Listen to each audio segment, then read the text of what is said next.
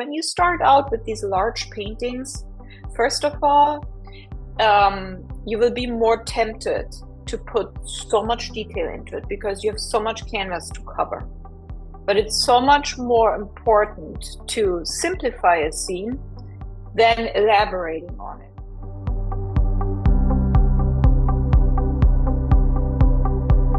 Hi everyone, and welcome to Mastrius for this sneak peek with artist and mentor Manon Sander, who will be discussing how to emphasize the focal point in your painting by using different techniques like brushwork, edges, colors, and value. At Mastrius, you get personal feedback, teaching, advice, and support from a master artist of your choice, so you can reach your goals in your style at your pace. I'm your host, Marcia Korsfeld, and today I'm absolutely thrilled to introduce Mastrius mentor Manon Sander. Manon is an award-winning contemporary impressionist oil painter, born and raised in Berlin, Germany, who now resides in Florida. Living in the Sunshine State presents a cornucopia of inspiration for her.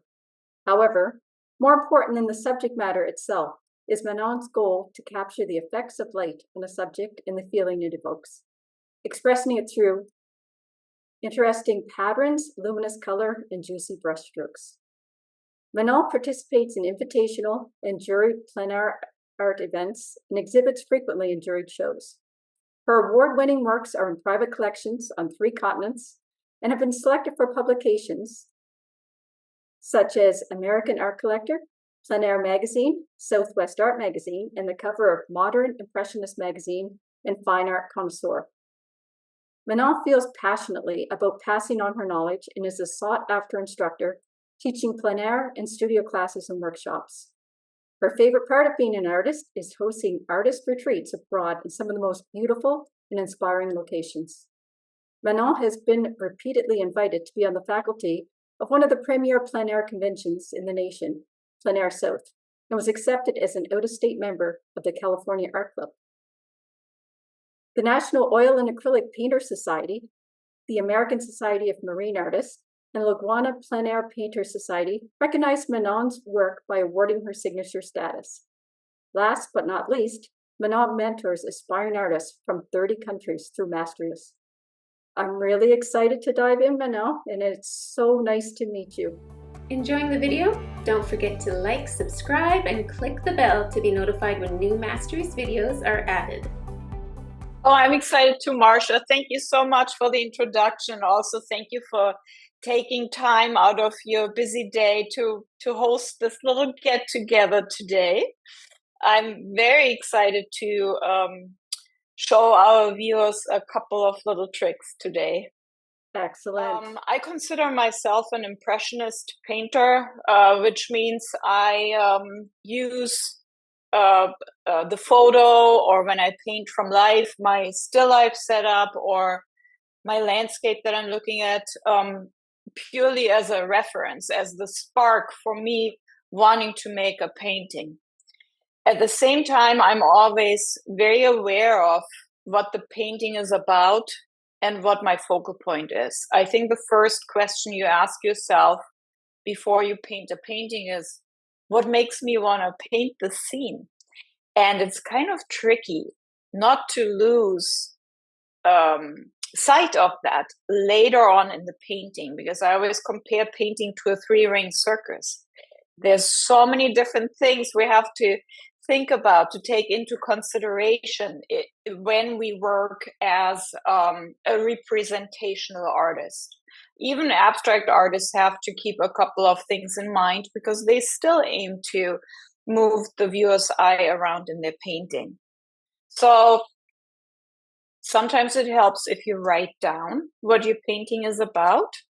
And then before you think you're finished with your painting, look at that little note and make sure that you're moving the eye around your painting in a way that the viewer's eye ends in the focal area.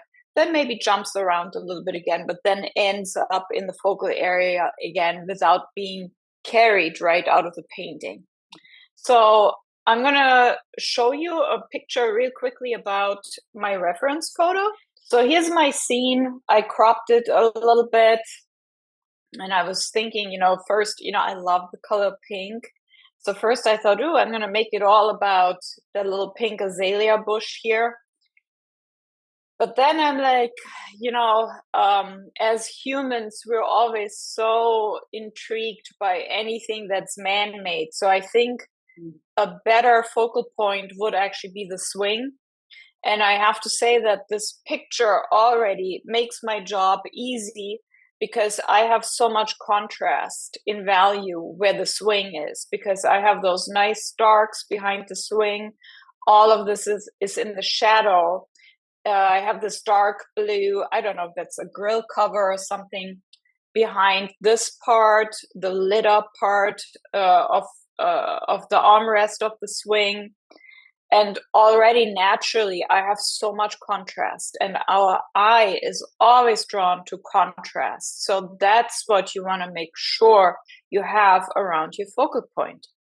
I also had to think about which parts of the paintings did I need to tone down and almost neglect a little bit. For instance, those trees in the background, these branches, they're not important. I just wanted enough information to say, oh, yep, there's more trees in the background. But I didn't want to make them bright green, making something very intense in color brings stuff forward. Mm-hmm. So you'll see in a second how I handled this. So I'm going to, if you want, take a quick screenshot of this and you have it when I go over to my easel to show you a couple of things. And I'm going to head over to my easel. And Marsha, I would appreciate if you could spotlight my easel over there. Thank you so much. Okay, so I already started this painting yesterday because we only have 15 or 20 minutes, but I wanted to show you the things I'm paying attention to when I'm about to finish my painting. So in my courses, I've taught a couple of gouache courses, and I'm going to do another one soon. And in my mentoring sessions as well, I always like to fill my students' toolbox with tools that they can use when they paint their own paintings. So I'm usually a pretty verbal instructor. I explain everything. And I always think that every brush stroke should be done with intention, which means when you mix your colors, you have to know the intent behind the brush stroke you're about to make. So what I mentioned before, look how loosely I handled that tree back there. It's sort of a dull, lighter green because this was lit up, but I did not want to make it as intense as, for instance, these little greens in the foreground. So I'm usually trying to keep my brightest colors, my sharpest edges, my more expressive brushwork in the foreground, or not in the foreground, I'm sorry, around my focal point. And just a quick question here, Manon. Is this gouache? No, this is oil. This is oil. Okay, just wanted to clarify that. So as you can see here, where the bench is, it's white in my picture, it's yellow here. I oftentimes use my colorist techniques, where I start with a very, very colorful underpainting. Its purpose is to nail my values and my color temperature. And that's what this still is. You can also see the blue pillow is here pink. That is still from my underpainting. But now I'm going to adjust.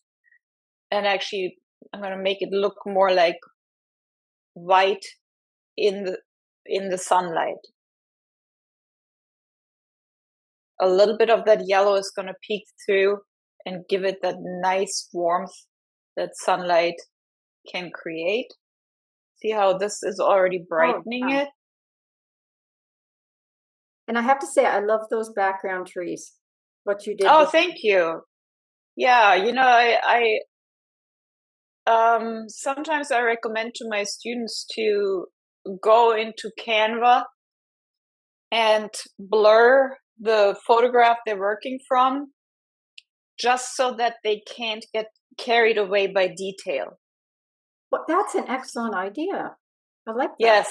You know, the first time I did that with them, I provided the picture to work from. It drove everyone nuts. They're like, we can't see, it's all blurry. And I'm like, no, you can see exactly enough. You see what So, you need to see.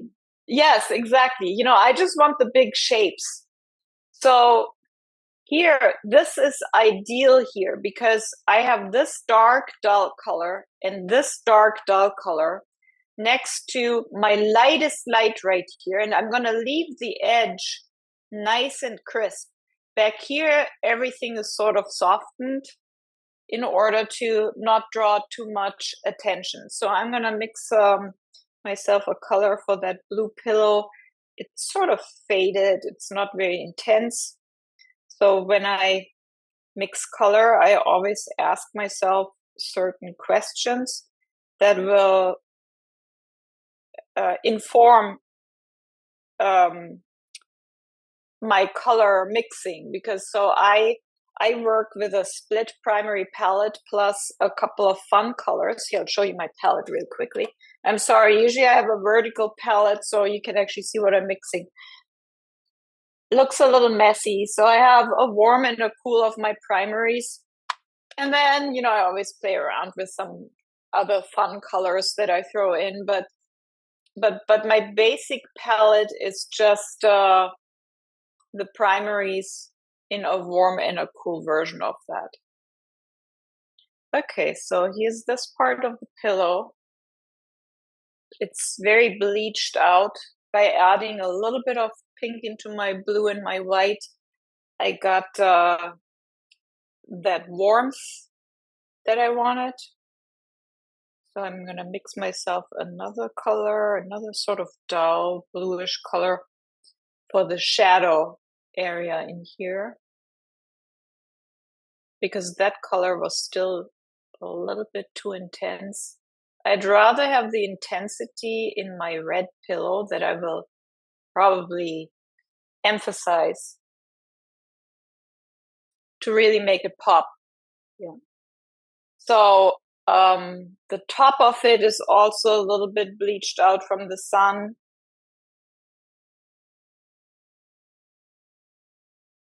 So I'm going to use some oranges and red, maybe a little bit of yellow for the oops, that was too much yellow here. For the bleached out part.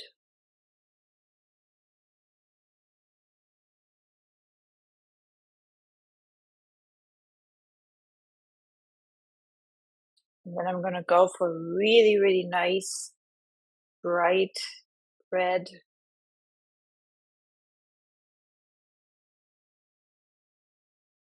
For that part underneath here. So, I mean, now it's really pretty clear what my focal point is. Oh, yeah, it's popping. Oh, good.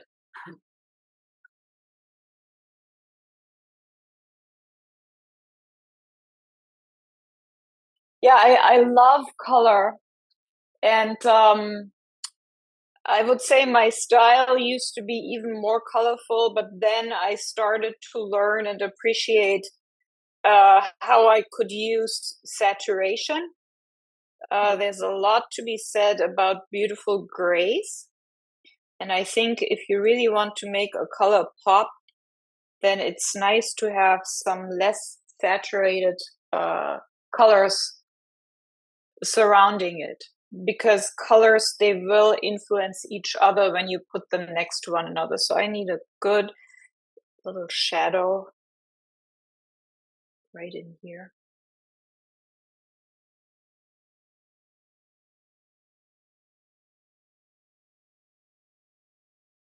I also like to use different tools. For instance, I have all kinds of different palette knives, but I also have these awesome rubber tipped brushes. Those I love them because, yes, and they make for such easy cleanup. So I'd like to point out something to you. So another thing I like to use, actually, let me make one little palette knife stroke right here. The shapes that you create will also influence where the eye wants to go. So this, for instance, it's almost like an arrow leading out of the painting, but having this dark tree here stops the eye. Mm-hmm. And what will help too is once I put the color onto this beam, this column right here, but I don't know if you can see this shadow right here is also like an arrow pointing down. Oh, and so this little shadow is really important to me because it will get the eye going this way and then over this way and then resting on the focal point. So I want to make sure that this is nice and crisp. So let me just mix a color for the inside of that column that is a little bit darker and a little bit cooler than my front.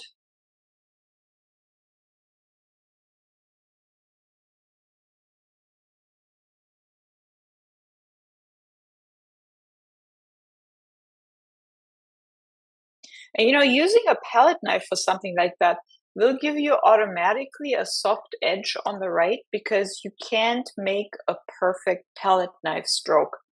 It will always be a little bit messy. But if the edge... What? I said you make it look so easy. So another thing I like to do, when an edge gets too hard and too perfect, I just take my palette knife and just literally squish it around and mess it up. But now back to that little shadow up there. I really want this to be kind of crisp. So I'm gonna make it a little darker. I definitely want a hard edge right here. Now I'm going to go back with my lighter color. Grab it from this side. Okay, so I like that. And then I'll show you how to use this this tool. This is great for anything, for any skinny lines you're making. And so as artists, we're really also entertainers. We're trying to entertain the viewer with our painting. And so as humans, we are entertained by variety.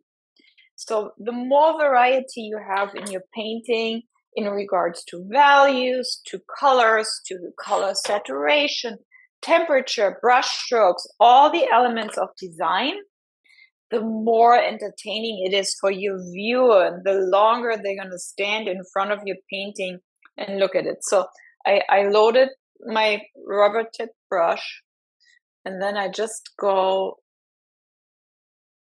this direction. So everybody's natural instinct is when they try to make a line like this to go like that. By making these brush strokes horizontal, you're adding variety, and it's just so fun to look at. There's so much paint on here, and it's close to my focal point. Nice and crisp. See this, how fun this is? Oh, yeah.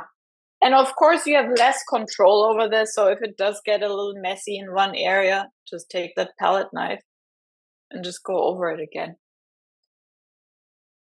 Okay, so oops. So I still need to work a little bit on this azalea and also on the greens in the foreground. Mm-hmm. So again, my focal point is here. So I also want the brightest colors of the azalea in that area. Again, this is perfect because I have this dull dark and I have this pretty pink here that I want to play a little bit more with. And rather than painting individual flowers, I will paint the clusters. So here, let's see this, if this is too cool or if I have to warm it up a little bit. And, the best way to not spell it all out is with a tool where you have less control. So I'm very aware of where my sun is, my light source. It's sort of to the upper left. So my highlights will be to the left of these clusters. And I can even have this little cluster lead towards that bench. And what you're doing is so much more interesting than if you were going to draw each individual flower of that bush. Yes, and it's also so much more fun for the artist. Yes. So, this is an interesting shape here. It's fun to look at just because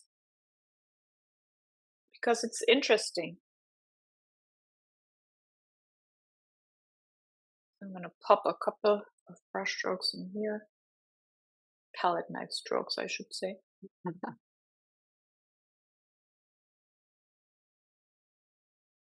So really, when you have a mass of flowers or a whole large crowd of people, for instance, it's really enough if you imply a few with a little bit more detail, and then the viewer knows, that everything else is also flowers or people or whatever it is you're painting. So in here, this I want to keep a little softer, so I have to whip up a little bit more of this green that I had there. So let's see. Even if it's a little different, that's fine. Again, that gives me more of that variety that I'm constantly trying to create to make it fun for the viewer to look at this. Close enough. I make it a little lighter.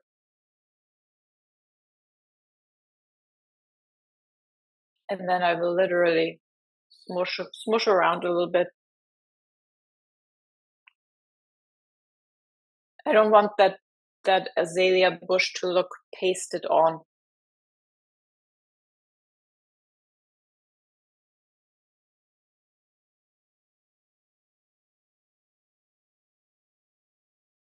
And I'll do something similar with my greens. They're still in a stage where they could use a little bit more. So at this point in your painting, how close to completion would you be on it? This one? Yeah. This is about 90% done. Okay. So it also helps to have your more expressive brushwork in the foreground. Because if you have it in the back, it will visually bring this area forward, which you don't want. Mm-hmm. So, and again, I can use the greenery as something that is pointing towards my chair.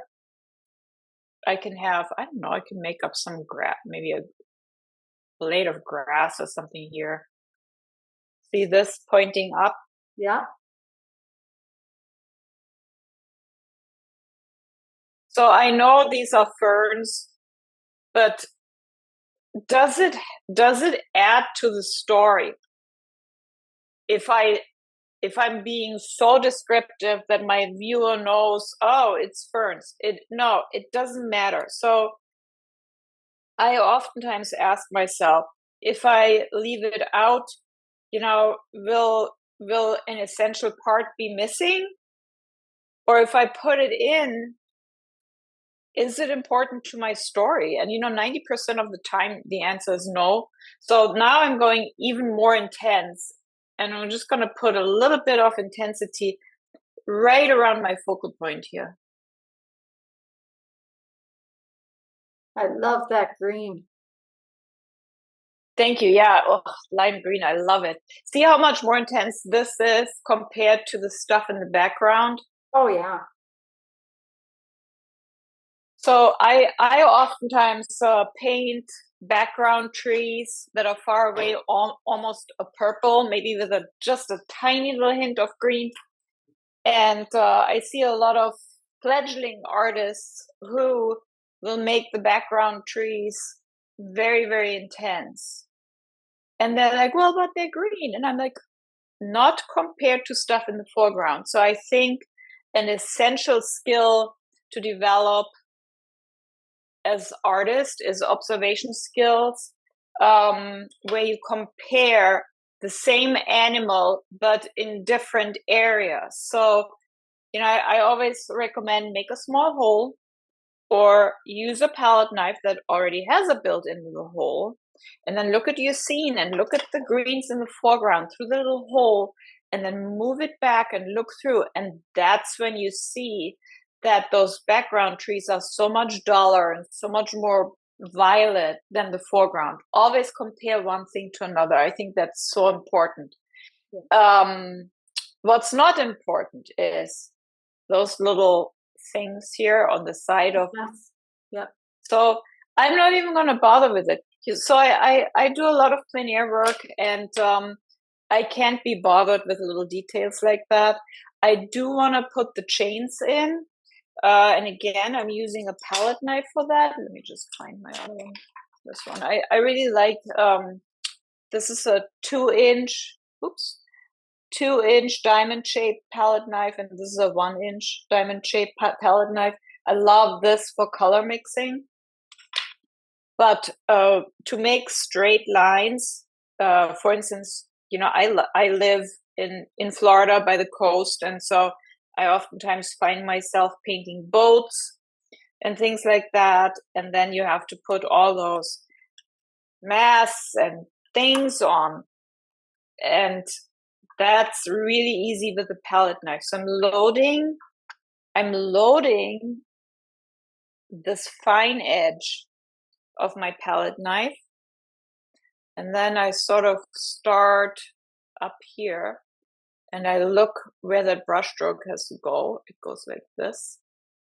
And then it meets the chair at the corner, and I turn just a tiny little bit to release a little bit more paint. There we go. And also, again, this is pretty dark. So this will definitely catch the eye, just because it's a dark value and it's a hard edge straight line, which again supports my focal point. Then I have another one. I'm going like this.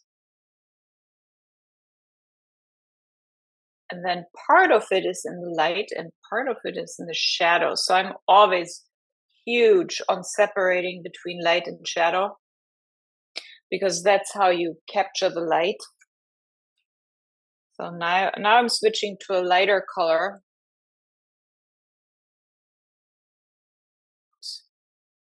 This should have really been more like this. And then it connects back here.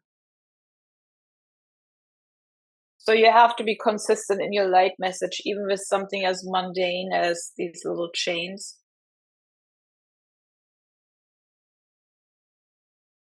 Yeah, and you definitely couldn't get that effect using a paintbrush like that. No.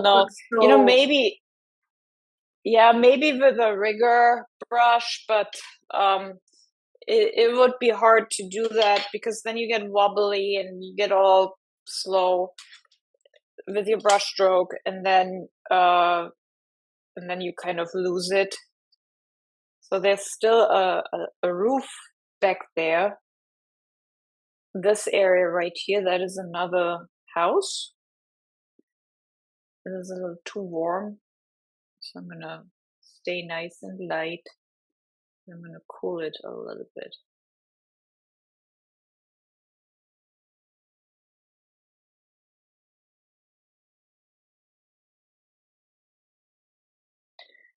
Another thing I often do is I use the sky to lead the eye into the painting. by creating little sky holes that sort of trickle towards my focal point. I don't know if it's true, but I've heard that the eye, when we look at art, because we read from the top left to the right and then down, I heard that we enter a painting from the top left. So if that is true indeed, then you would look at this, and then you would look here, and then maybe over here, and then down here, and then over there. Yes. So I hope my theory is right. Well, I can definitely, because I've been looking at it, and I am entering the picture at the upper left there where the sky is, and everything you've said about going down, and the focal point definitely is that beautiful swing that I would love to sit on, actually. Looks very inviting. Yeah, with an Aperol Spritz in hand. Absolutely.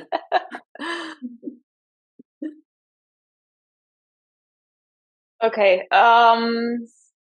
So if you really feel that you still need something else to support your focal point, you can always just pop other things in.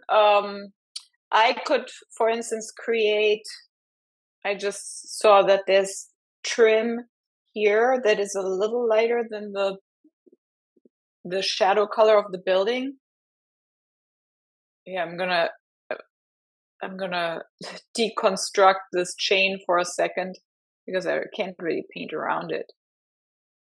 So this actually gave me a nice additional element leading down towards my focal point. Oops. What happened here? And again, I'm going to soften this just a little bit.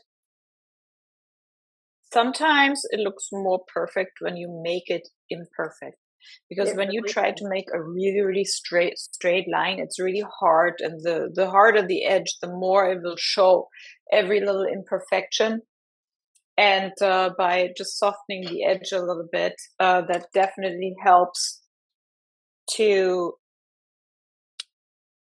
make it look more perfect, because the viewer's eye will complete it in a perfect way. I do want to reestablish this hard edge here though, because that's my focal area right there.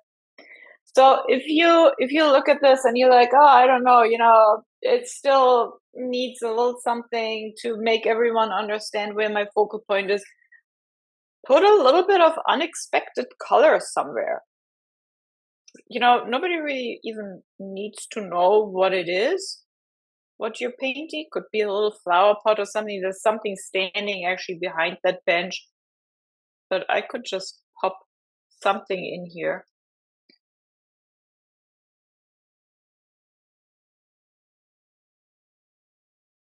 It's just stuff where nobody knows what it is. Maybe they have things leaning against the wall.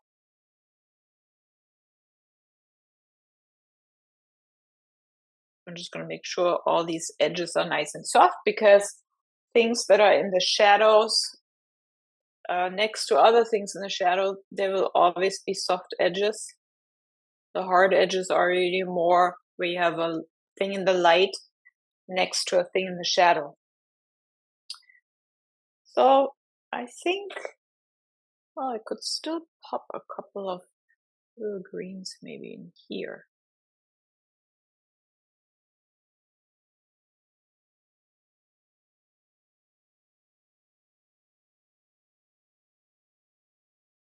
I think I could just watch you paint for a while there.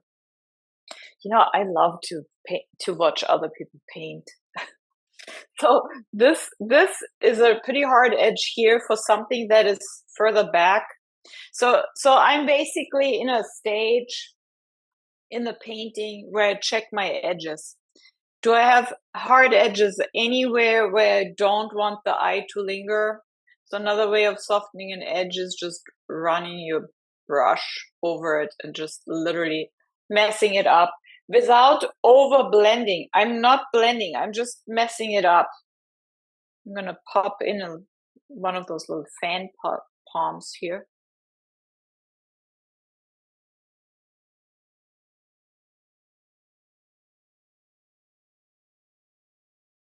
which gives me another opportunity for an interesting shape where the viewer goes, oh, what is that?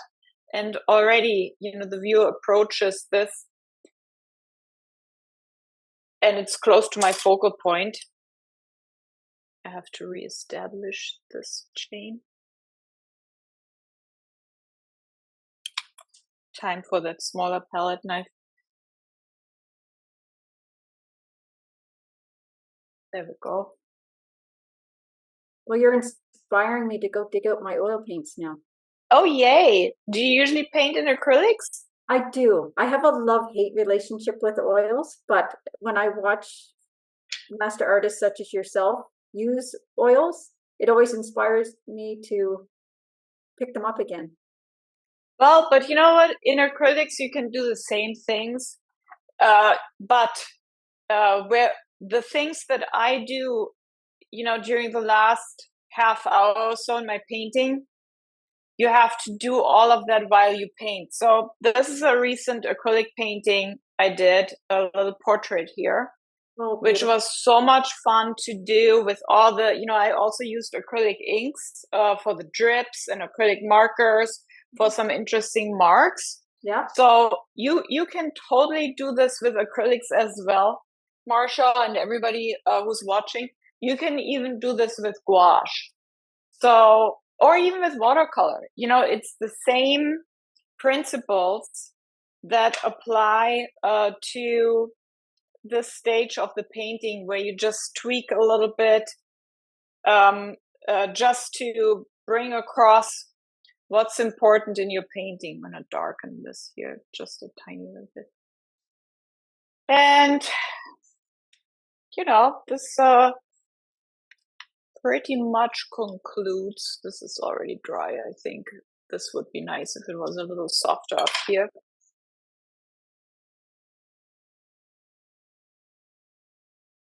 Let me just go back with my background green.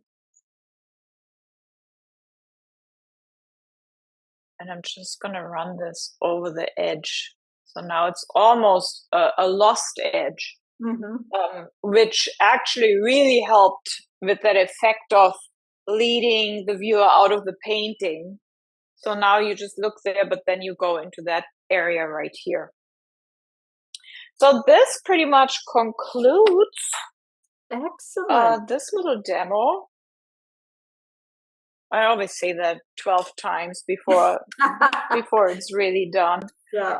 So I hope this was informative. So in my mentoring sessions and my courses, I don't hold anything back. I spill out everything I know, just to make sure that my students know what they're dealing with. You have to know what the paint can do for you, what your tools can do for you, and especially for the color mixing.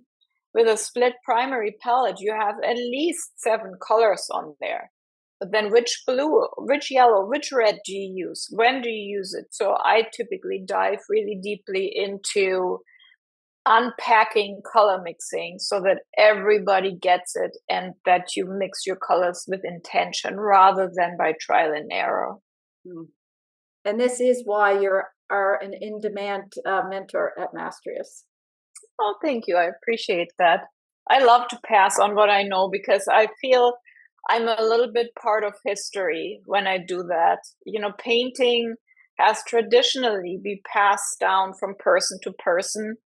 And you can read all these books, and I have quite a nice collection of art books that I love to pour over.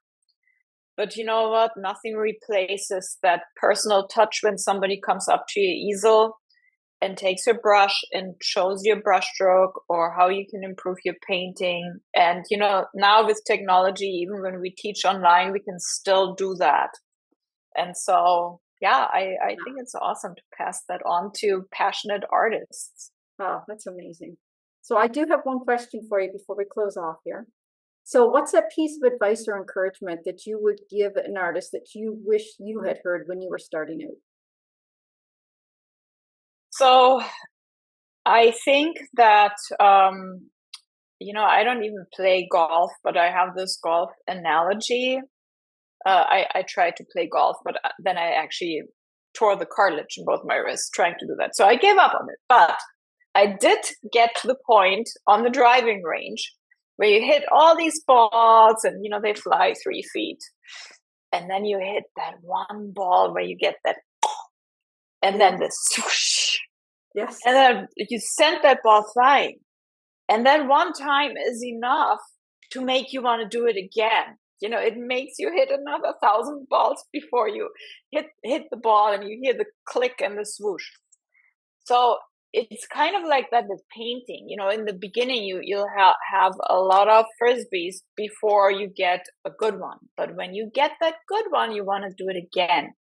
But that also makes it really easy to get hung up on the product, the finished product, rather than enjoying the process.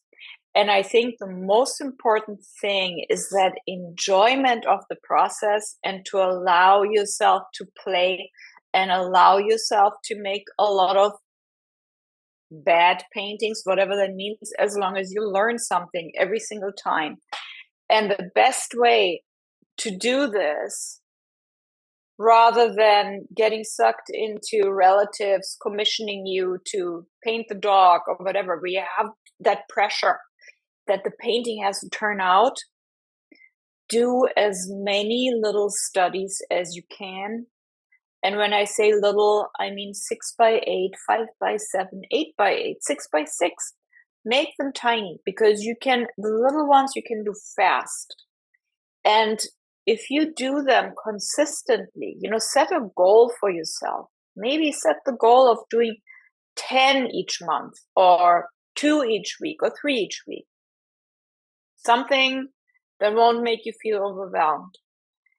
And in the course of time, it will get easier and easier. And once you can do a painting, a small painting, where you're like, oh wow, that looks actually really cool, then you're ready to move up in size. Because when you start out with these large paintings, first of all, you will be more tempted to put so much detail into it because you have so much canvas to cover.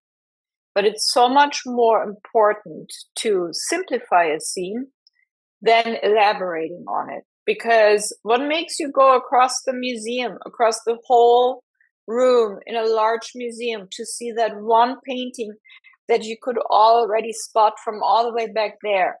It's the pattern and the shapes. Yes. And nobody cares if it was a cute puppy or whatever. It's just the shapes. It makes you walk over there, and then you go like, oh, that's what that is. So the more you paint, and it's easiest to do that in small, the better you're going to get. I mean, I promise there's a direct relation between the two, the mileage that you get and your process. Yeah, just like anything, you have to practice. Yes, Yeah. you do. And with painting, it's the progress, it sort of sneaks up on you. Oftentimes you won't even notice it until you look back at what you did 2 or 3 years ago. Yes. And but I just recommend do small paintings. And you know what? If you struggle with color mixing, then start with value. Do them in black and white and mix, grays, and try to capture the scene in black and white. I mean, it's basically what the old masters did, maybe not in black and white, but some sepia and brown color. And these paintings look light-filled. And then when you're confident with that, then introduce maybe just a limited palette, and then add to it, add to those colors when you're comfortable with them and you know what they can do for you. And be patient with yourself. It's not a race. Yes. It's a slow hike. We do it because we love it. Yes. No, the love of the process. I do paint in different mediums, but I love the oils for this juicy consistency. I so enjoy glopping the paint onto the canvas.